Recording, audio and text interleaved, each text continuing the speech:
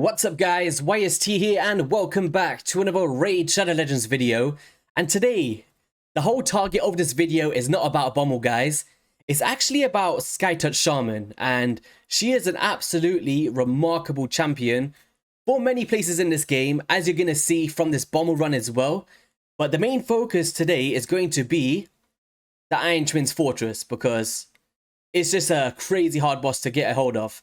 But we're just going to be coming through here and watch her passive revives and heals. So boom. Everybody's dropping, but it's all good because Skytouched Shaman's going to come through and just keep healing our team as long as she stays alive here. It's a bit of a gamble doing this. It's a bit of a risky team. As long as our decreased accuracy stays up, we can keep getting those revives out with our Duchess. Boom. I was kind of trying to focus on explaining Skytouch here, but it's just turned into a Bommel video. I thought, let me just throw this into the intro. It'll be a bit of fun. But if you could pay real close attention to the heals of this champion and why you think it's going to be remarkable against the Iron Twins. So here we go. We just need to get one more Geomancer burn or decrease accuracy. There we go. Nice little reflections there. We just need a few more bombs to tick. All right, come on. One more hit. One more? Please. Oh, we're so close. We just need one more hit to go out, and there we go. So that is a Bommel the Dreadhorn floor 90 using a Skytouched Shaman.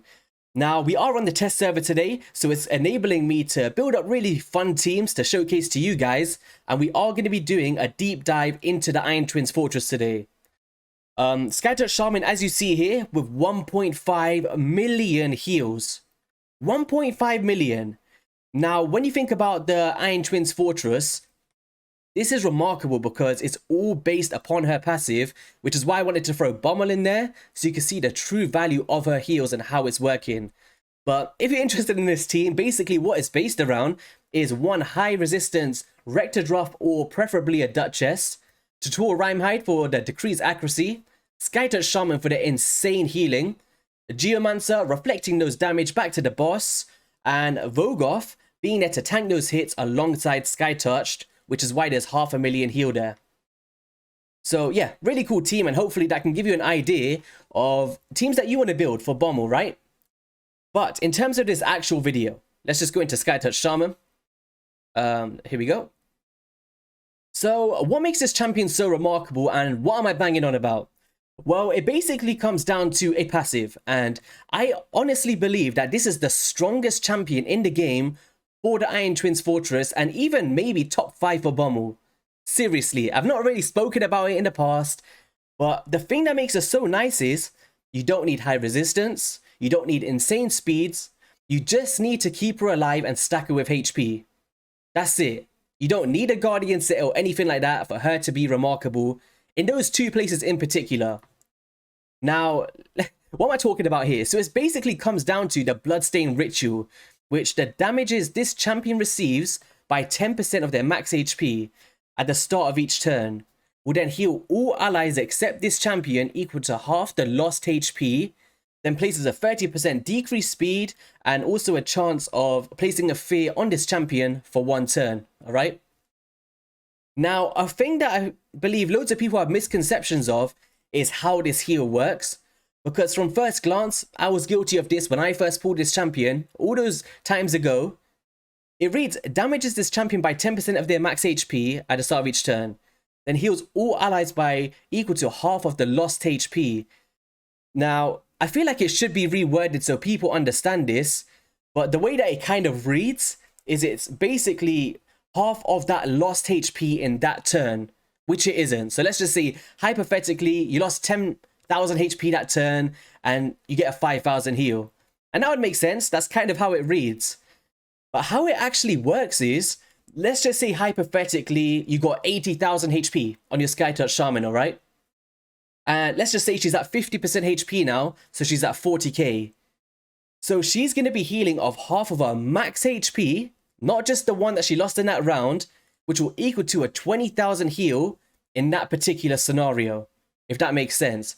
So if she drops down to, let's just say 1% HP and she's about to die, as long as she's not killed by an enemy and she takes that final turn, she's going to be healing by 40,000 plus HP if you've got that 80k on, right?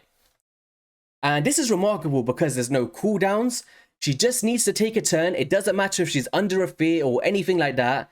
As long as she takes a turn, you're getting some substantial heals without waiting for cooldowns like other healer champions in the game, right?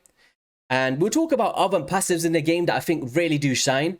But for progression, and you're trying to beat this Twins Fortress or Bommel, it's insane. And let's just talk about the rest of her kit here.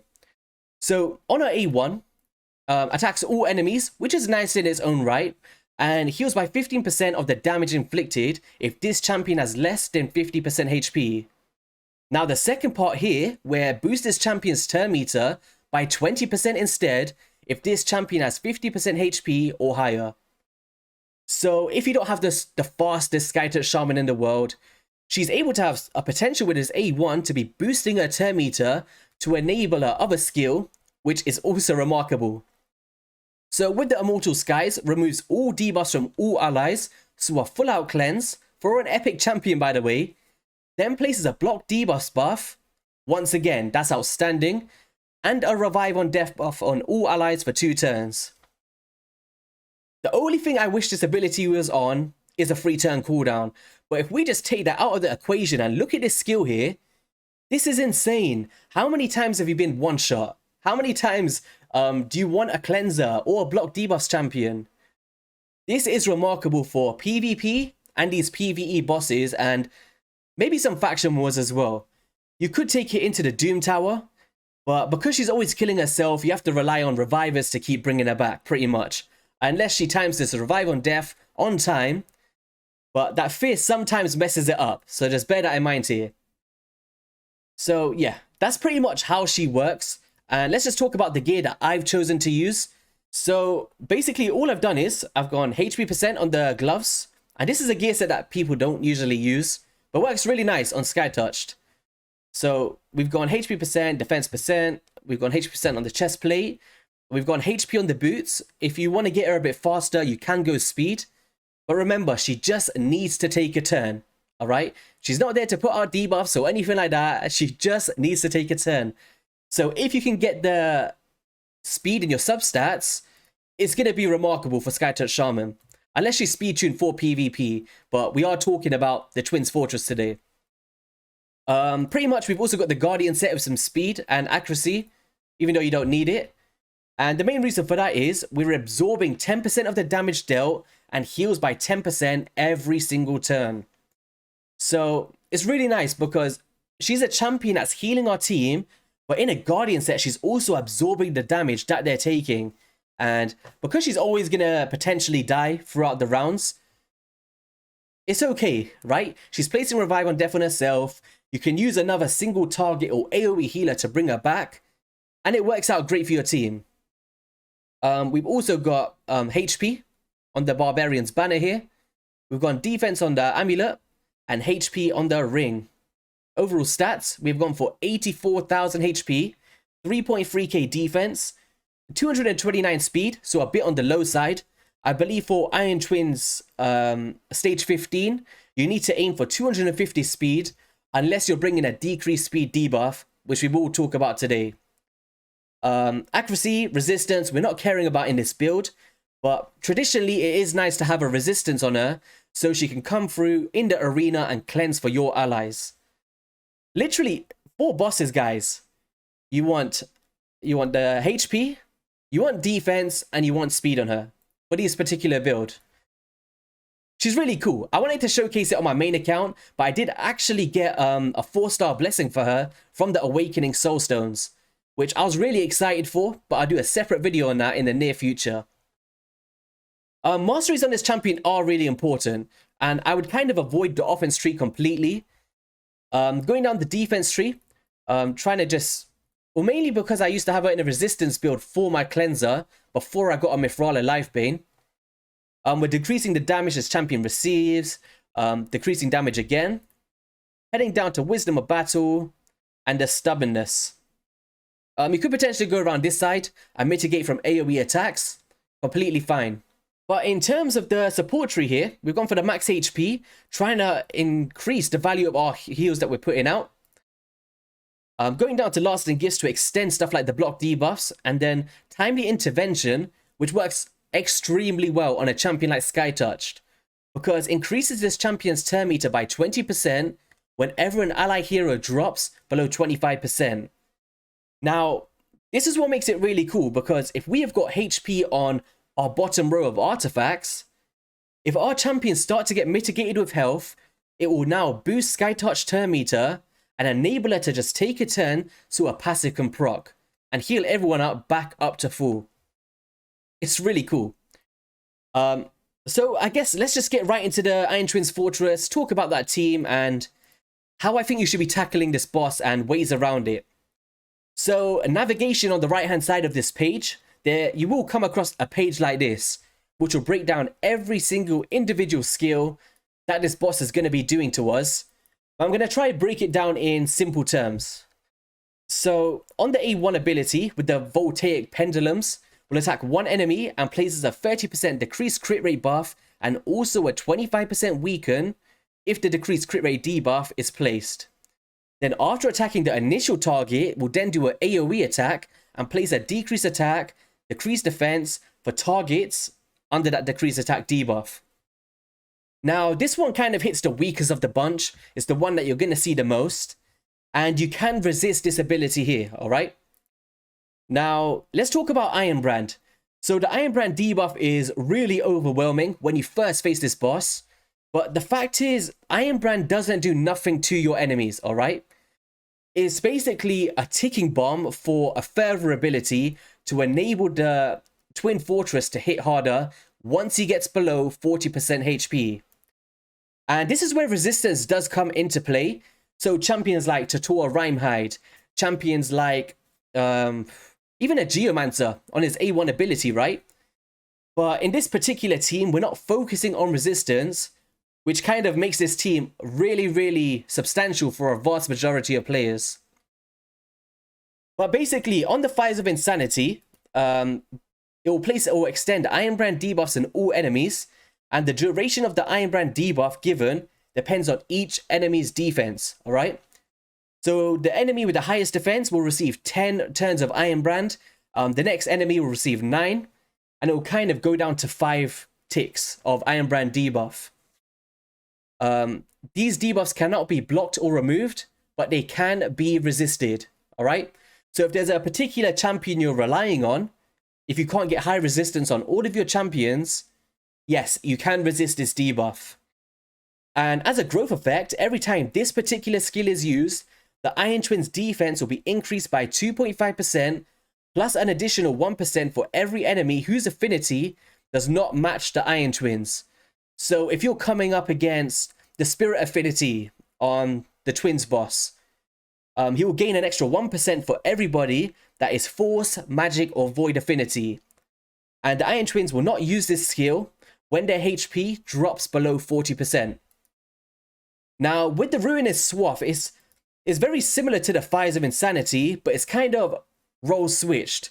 So it will do the same sort of thing, AoE ability, placing those Iron Brand debuffs, but this one's going to be based on your champion's attacks. So it will be 10 on the person with the highest attack, dropping down to 5 with the person with the lowest attack. And these debuffs cannot be blocked or removed, so you cannot cleanse it, but once again, you can resist this ability. As a growth effect, every time the skill is used, the attack will be increased by 2.5% plus an additional 1% for the affinities that does not match this boss, alright? And once again, the Iron Twins will not use this skill when their HP drops below 40%. Now, let's just say we get to the 40%. If you're lucky enough to get there, hopefully we can help you out today. The Doomsday Machine is when it kind of enables after 40%, alright? And this is where the Boba Fett ability from Star Wars comes flying out and nukes down your team, right? And basically attacks all enemies 2 times. Each hit places or extends Iron Brand debuffs. The first hit places an Iron Brand debuff whose duration depends on each enemy's defense. So the boss has kind of two sides, right? So I kind of see the play of both of the heads doing two different things. And the enemy with the highest defense will receive 5 turns of Iron Brand. The enemy with the next highest defense will receive 4 turns of Iron Brand. So once again, they're extending these debuffs that we've seen in previous skills. Now, while the enemy with the next highest defense will receive 3 turns and so on, if an enemy already has an Iron Brand debuff, will extend the duration of their current debuff. So it won't place like a new one. The second hit will do the same thing, but it's going to be based on attack, like we just mentioned with the defense. And then after those 2 hits happen, we'll attack all enemies again, and the damage inflicted to each enemy increases to the number of turns remaining on each enemy's Iron Brand debuff. And this is where you see that crazy flame ability, and you get nuked, right? If you haven't got him under control. So I see what they were doing here. They want people to place decreased accuracy. They want people to place increased resistance. They want resistance on your champions. And they're kind of pushing you to not get extended of durations or have this on your champions in the first place. Now, if you're kind of rushing to this, you're trying to get to stage 15, let me just tell you now, it is so hard to build 5 champions of the same affinity to consistently resist this Iron Brand debuff, which is why we need to find teams to work a way around this. But as this growth effect, every time the skill is used, the Iron Twins attack and defense will be increased by 4%. We'll place an additional 1% for every enemy whose affinity does not match the Iron Twins. The Iron Twin will only use this skill below 40%, so you won't see this skill once you get to that threshold, but it'll be these 2 before that. So just to break it down in simple terms, if you skip through what I was breaking down there, the first 2 abilities is there to kind of mess you up for when you get to that threshold. So you might be thinking, ooh, this is an easy boss, guys. We're getting through this like a walk in a park. But once you kind of get all of those Iron Brands on yourself, Doomsday Machine will completely nuke you if you haven't got the right synergy.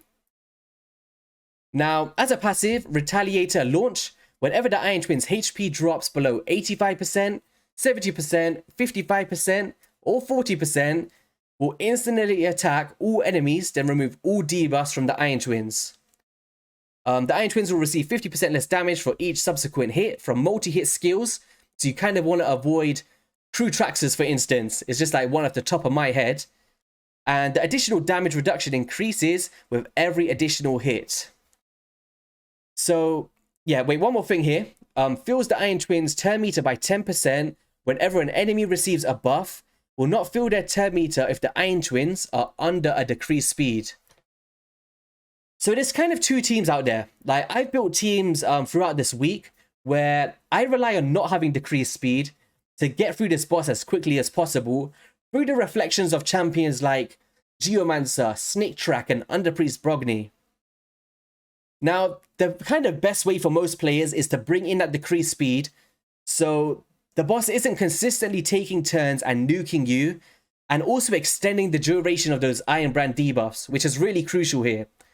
So you kind of want to avoid this where you can, and we'll kind of talk through options towards the end of the video.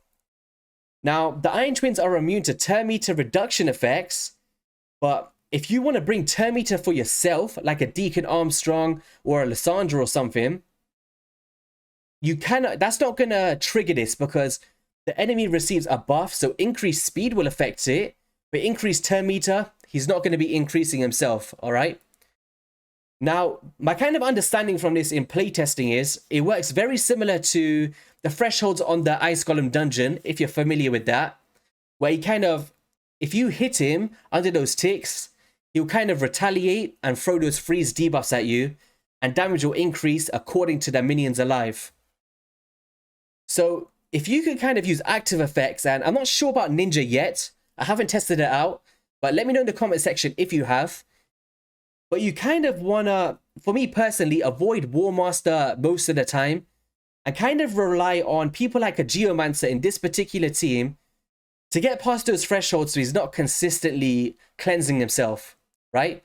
So stuff like poison debuffs or Bad Alcazars, or Dark Hell's a really good one with the poison sensitivity. Geomancer probably the best for this. And if you can kind of get past those thresholds with debuffs, he doesn't seem to proc it as often. So that could be one really cool way around this. Once again, he's immune to all of these weird things, just like other bosses like the Demon Lord. And damage that's skilled on enemy max HP, like Royal Guard and Cold Heart, cannot exceed 10% of this boss max HP. So, the breakdown out of the way, and now we're going to talk about the actual team in full effect here. Whew, alright, I need a bit of a breather after that.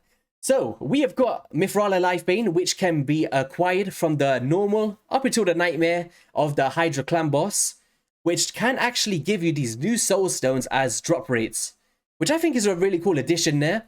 So we now got the shards from the Demon Lord and the soul stones from the endgame boss of the Hydra.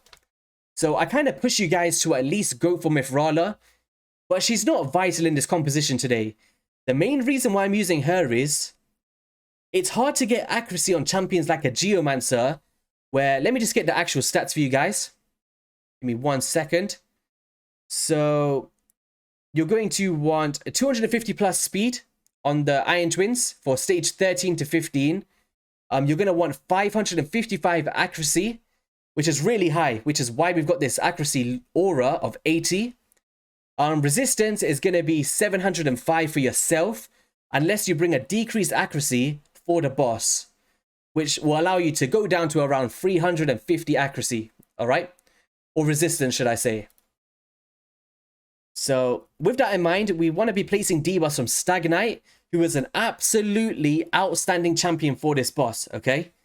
And as you see, we have got mixed affinities. Well, we've got no affinities, so that's kind of a downside, but it's not a problem because of Skytouched Shaman passive. But yeah, Stag Knight, decreased speed, enabling us to take turns, and also decrease attack and decrease defense from his A2.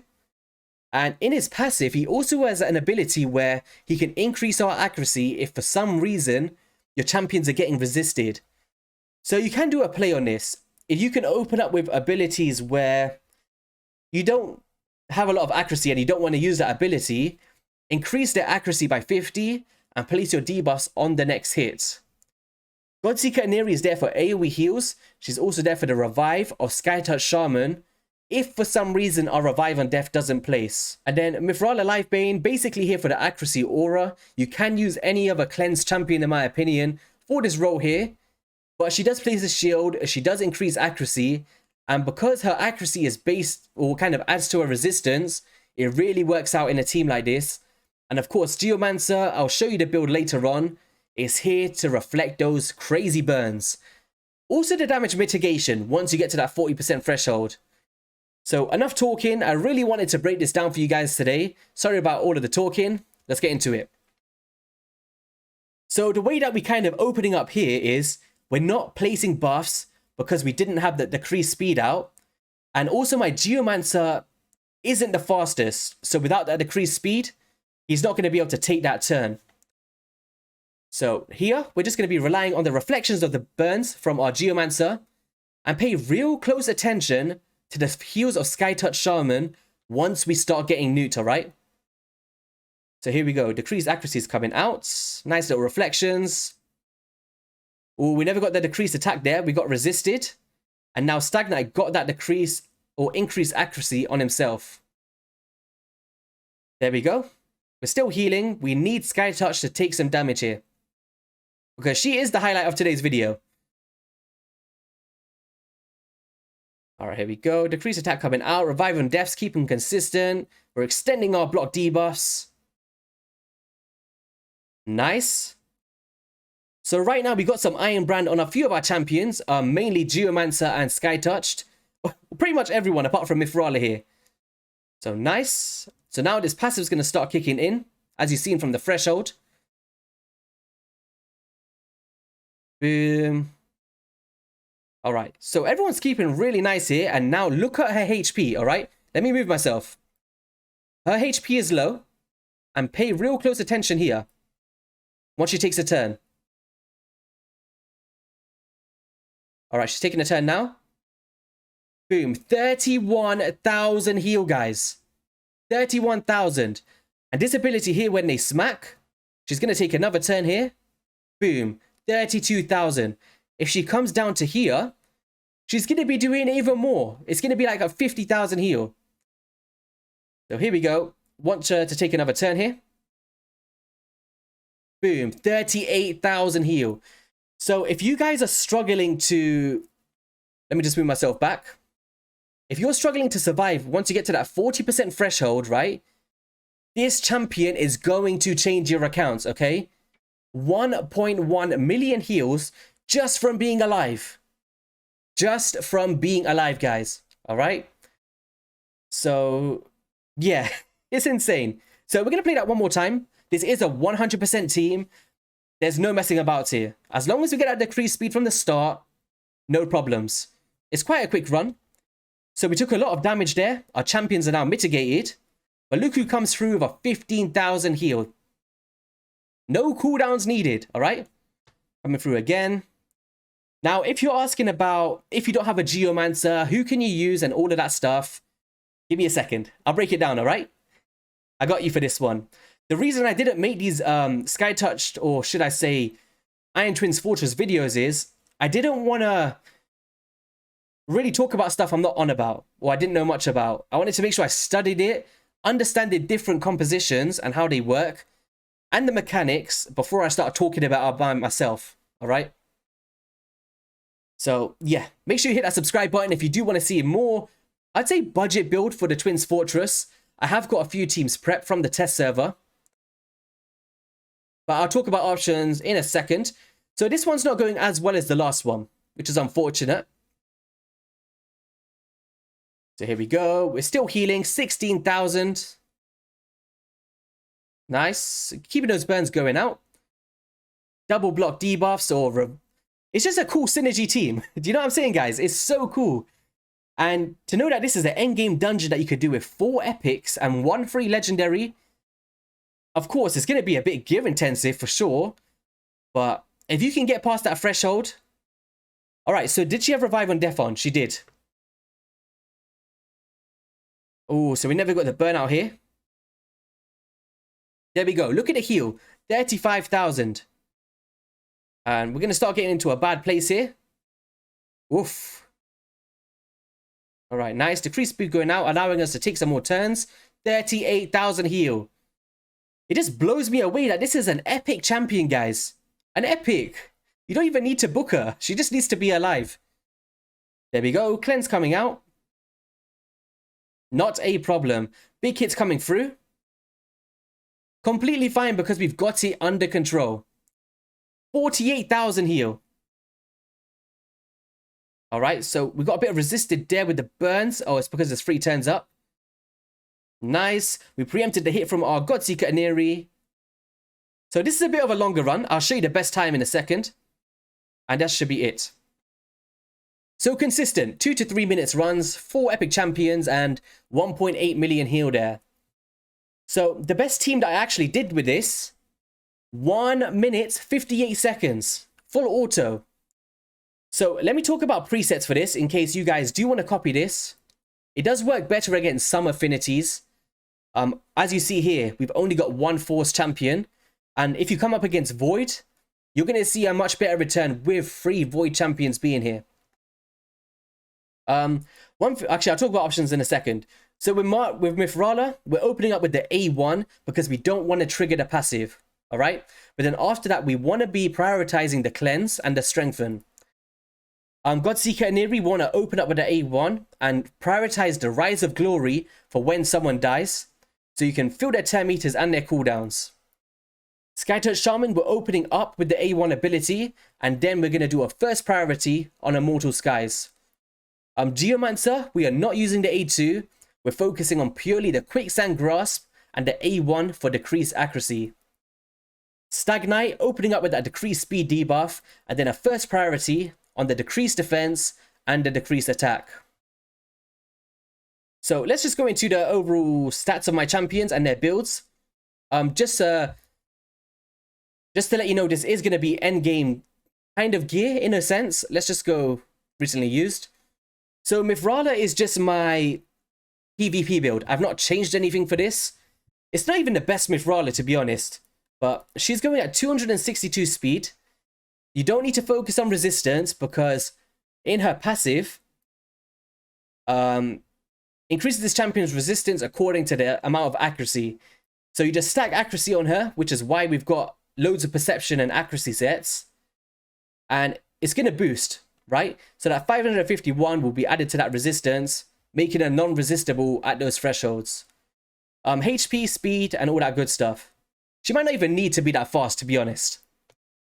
But of course, just bear in mind you need 250 speed unless running decreased speed or the Iron Twins Fortress.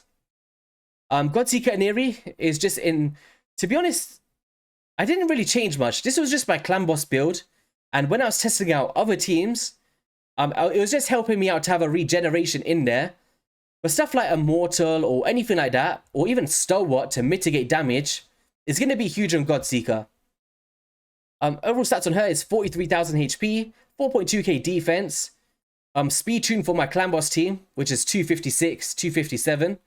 No crit rate, no crit damage, no resistance. We don't even need accuracy, alright? Just focus on sustainability for this build, which makes it really cool. You don't have to focus on resistance for this. Skytouched Shaman we mentioned earlier. Geomancer is in a Reflex build, which is usually on my... Who's it on? Battle Kazar for my Ice Golem team.